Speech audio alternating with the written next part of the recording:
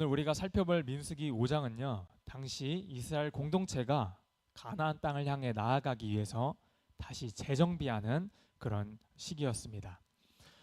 이스라엘 백성이 광야에서 하나님과 동행하며 가나안 땅을 향해 나아가는 이 과정 가운데 어떻게 하면 공동체의 거룩함과 정결함을 유지할 수 있는가에 대한 내용을 담고 있습니다. 민수기 5장은 크게 세 가지의 규례를 다룹니다.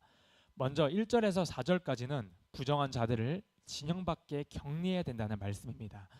문둥병 환자, 또 몸에서 피나 고름이 흐르는 유출병 환자, 그리고 시체를 만져 부정해진 자들은 모두 진영 밖으로 내보내야 했습니다. 이는 단순히 질병의 확산을 막거나 위생적인 이유 때문만은 아니었습니다. 더 근본적인 이유는 거룩하신 하나님께서 이스라엘 그 진영 가운데 함께 계시기 때문이었습니다.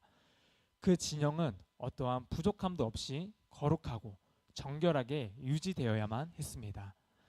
물론 이들이 완전히 추방된 것이 아니라 만약에 정결하게 될 경우에는 다시 진영 안으로 들어올 수 있었습니다.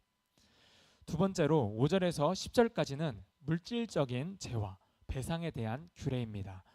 만약 누군가 이웃에게 잘못을 저질러서 물질적인 피해를 입혔다면 그 죄를 하나님 앞에서 고백하고 회개한 뒤 피해 그 금액을 온전히 보상하고 거기에 추가로 20%를 더해서 배상해야 했습니다. 만약에 피해를 입은 사람이 이미 사망했거나 또 가까운 친척마저 없어서 보상받을 사람이 없다면 그 경우에는 가해자가 그 배상액을 면제받는 것이 아니라 제사장에게 헌금으로 드려야 했습니다. 이는 죄에 대한 대가를 반드시 치러야 한다는 하나님의 공의로움을 분명히 보여줍니다.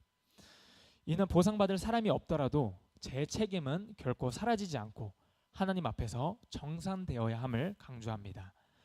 마지막으로 11절에서 31절까지는 오늘 우리가 특별히 주목해서 볼 아내의 부정을 밝히는 의심의 법입니다.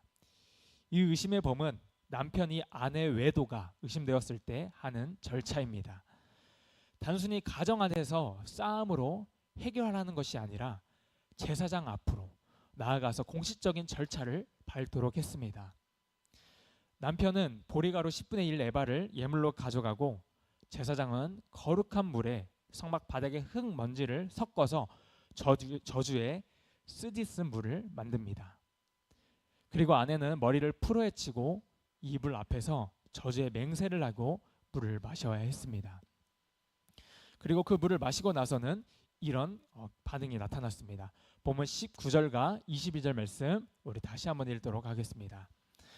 여인에게 맹세하게 하여 그에게 이르기를 내가 내 남편을 두고 탈선하여 다른 남자와 동침하여 더럽힌 일이 없으면 저주가 되게 하는 이 쓴물의 해독을 면하리라.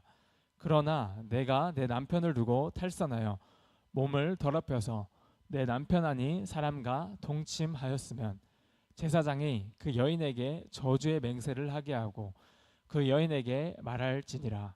여호와께서 내 널쩍다리가 마르고 내 배가 부어서 내가 내 백성 중에 저주거리 맹세거리가 되게 하실지라. 이 저주가 되게 하는 이 물이 내 창자에 들어가서 내 배를 붓게 하고 내 널쩍다리를 마르게 하리라 할 것이요 여인은 아멘 아멘 할지니라. 만약 아내가 결백하다면 아무런 일도 일어나지 않지만 만약 부정을 저질렀다면 배가 부어오르고 널쩍다리가 마르는 형벌을 받게 되었습니다.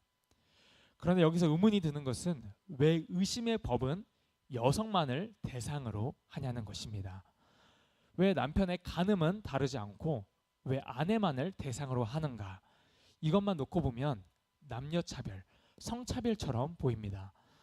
그러나 우리가 고대 이스라엘 사회의 문화와 하나님의 율법의 깊은 의미를 우리가 이해한다면 이는 결코 차별적인 규례가 아님을 우리가 알 수 있습니다.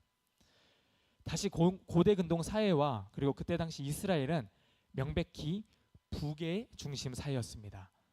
남성이 가문의 중심이자 권력의 주체였다면 여성은 사회적으로나 법적으로 그게 보호받지 못하는 약자의 이치에 있었습니다.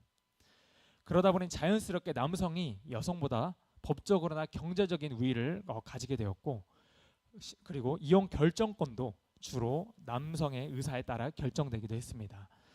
그래서 일부 다처제가 용인되기도 했었고, 심지어 남편이 아내가 마음에 안 들면 이혼 증서를 써서 아내를 쳐내기까지도 했습니다.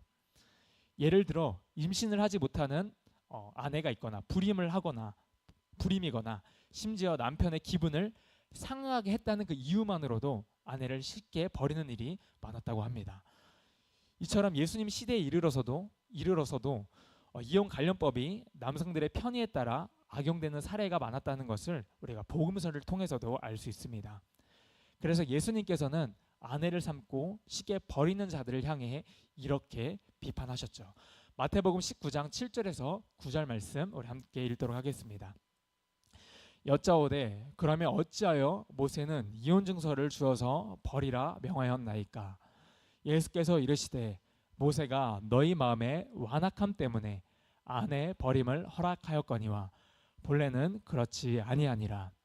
내가 너희에게 말하노니 누구든지 음행한 이유 외에 아내를 버리고 다른 데 장가는 자는 간음함이니라. 아멘. 예수님께서도 정말 실제로 음행한 이유를 제하고는 아내를 버리고 다른 데 장가드는 자는 간음한 자다 이렇게 말씀하십니다.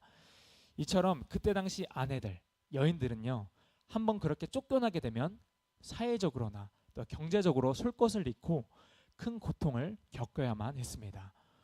오늘날처럼 여성 혼자 홀로서기를 할 수 없는 시대였습니다. 평생을 사는 동안 남편에게 버림받은 여자, 부정한 여자, 저주받은 여자, 무언가가 문제가 있는 여자라는 그런 낙인 이미지로 평생을 살아가야만 했습니다. 이러한 배경 속에서 의심의 법은요, 결코 남성에게만 유리하고 여성에게는 불리한 법이 아니었습니다. 오히려 하나님께서는 이런 약자인 여성들을 생각하시는 깊은 배려와 보호의 차원에서 이 법을 주신 것입니다. 그래서 남편이 아내가 간음이 의심이 들 때에도 어떤 사적인 분노나 폭력으로 해결하는 것이 아니라 공적인 재판 절차를 거치도록 했습니다. 만약 아내가 실제로 죄가 없다면 이 공적인 과정을 통해서 그녀의 결백이 분명히 드러나고 입증될 수가 있었습니다. 이 의심의 법은 결코 남녀차별을 조장하는 그런 법이 아닙니다. 오히려 정말 억울하게 남편의 의심과 또는 폭력에 시달리거나 또는 부당하게 이혼당하는 것을 막아주는 어떤 하나님의 완전 장치였습니다. 이는 당시 억압받기 쉬운 약자를 향한 하나님의 따뜻한 보호하심과 사랑을 느낄 수 있는 율법인 것이죠. 하나님의 율법은요, 우리가 문자 그대로만 보게 되면 되게 무섭고 뭔가 딱딱하고 의무적이고 마치 나를 억압하는 것처럼 보이지만 실제로 그 율법 안에는요, 하나님의 정의와 사랑, 그리고 약자를 보호하고자 하는 하나님의 따스한 마음을 우리가 엿볼 수가 있습니다. 사랑하는 성도 여러분, 우리가 하나님의 백성으로서 누리는 진정한 행복은요, 결국엔 내 뜻대로 사는 것이 아니라 하나님의 뜻대로 사는 것에 달려 있습니다. 하나님께서 민수기 5장에서 보여주신 이 규례들은 비록 당시 시대적 배경과 사회적 간섭 속에서 주어진 것들이지만 궁극적으로는 공동체 안에 제약을 제거하고 거룩함을 회복하기 위함이셨습니다. 이를 통해 하나님의 백성들이 주님의 임재 안에서 온전한 삶을 살아가게 하시려는 하나님의 뜻이 오늘 말씀에 담겨 있는 것이죠. 우리가 하나님의 그 말씀 안에서 주님 뜻대로 순종하며 살아갈 때에 우리가 비로소 가장 온전한 모습이 될 줄 믿습니다. 하나님이 이미 우리에게 그 길을 명확하게 제시해 주셨습니다. 바로 우리에게 말씀을 통하여 그리고 예수 그리스도를 통하여 제시해 주셨습니다. 우리가 개인의 삶에서, 가정에서, 그리고 교회 공동체 안에서 모든 죄와 부정함을 멀리하고 또 하나님의 거룩하신 뜻을 따라할 때에 하나님의 깊은 교제를 회복하고 또 그분의 인도하심과 보호하심을 온전히 경험하게 될 줄 믿습니다. 기도하겠습니다.